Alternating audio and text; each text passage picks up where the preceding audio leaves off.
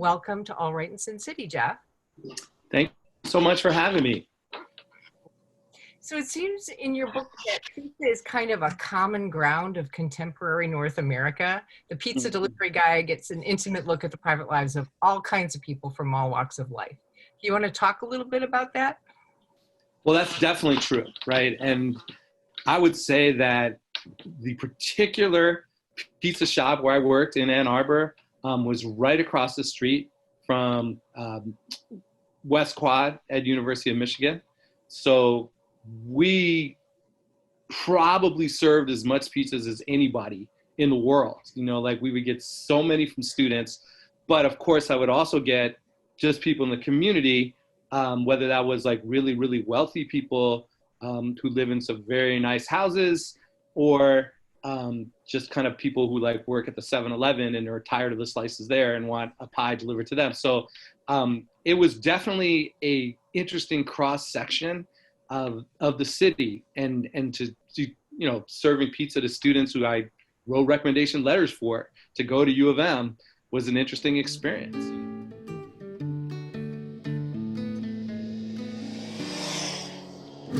So you've said that you didn't go into the job planning to write a book, but it became a survival strategy for you. Do you want to tell us how that developed for you? Well, it was a very difficult year, right? So being a high school teacher is difficult enough, right? You know, you got 150 students a day, and kids want to be on their phones, and they don't want to pay attention, and all the things that they're going through. I definitely think it's harder to be a high school student now than it was for me 30 years ago. You know, they just have so much going on, whether it's social media or mental health challenges, or all the pressure to get into a college is much more difficult than it used to be. So it's tough. Dealing with them all day long is exhausting, right? I mean, they're great kids. I have great kids in my classes, but it's still, you know, you just trying to do the best you can to help them understand the power of language and reading and writing, and to challenge your imagination. You know, you have to be on your toes all day long, right? There is no day that you can just mail it in, right? So eventually, I just started like jotting little notes down on my phone or on receipts or napkins, just sort of like things that were interesting that I wanted to remember and think maybe I'd write something about at some future point.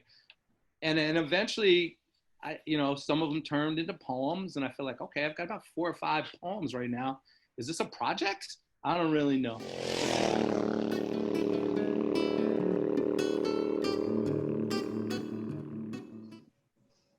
So what kind of comparisons were you trying to draw between the social world of high school and the world of late night delivery in your work? That's an interesting question. So on one level, delivering pizza is like super satisfying because, like I said earlier, people want pizza, you know, so you show up at the door and they're like happy to see you, right? A lot of times my students don't necessarily want what I'm trying to deliver to them, right? It's not the same thing. They didn't order it. They didn't say, I want, you know, pepperoni on half, sausage and mushrooms on the other, you know, extra cheese. That's not what happened when they walked into English class. I'm like, did you guys read chapter 7 of Lord of the Flies, right? So I think from that standpoint, it's great because when you're delivering pizzas, you do get that kind of like sense of satisfying people. Teaching, that's a much more long-term project, right? So at the end of the school year, students say, wow, I really learned a lot, you know, or you see the final product that they came up with in their creative writing portfolio or in their last essay that they wrote in the springtime.